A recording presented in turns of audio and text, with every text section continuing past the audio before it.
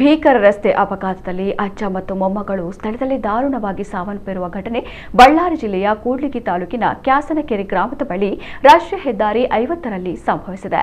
ಮೃತರನ್ನ 55 ವರ್ಷದ ಈಶ್ವರಪ್ಪ ಮತ್ತು ಅವರ 14 ವರ್ಷದ ಮೊಮ್ಮಗಳು ಸೃಷ್ಟಿ ಎಂದು ಗುರುತಿಸಲಾಗಿದೆ.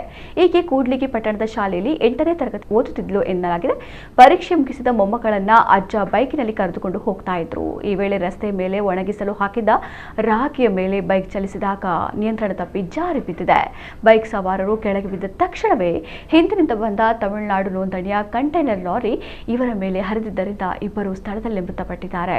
ಘಟನಾ ಸ್ಥಳಕ್ಕೆ ಭೇಟಿ ನೀಡಿದ ಕೂಡ್ಲಿಗಿ ಪಿಎಸ್ಐ ಸಿಸಿಪಿ ಪರಿಶೀಲನೆ ನಡೆಸಿದ್ದು ಕೂಡ್ಲಿಗಿ ಪೊಲೀಸ್ ಠಾಣೆಯಲ್ಲಿ ಪ್ರಕರಣ ದಾಖಲಿಸಿಕೊಂಡಿದ್ದಾರೆ.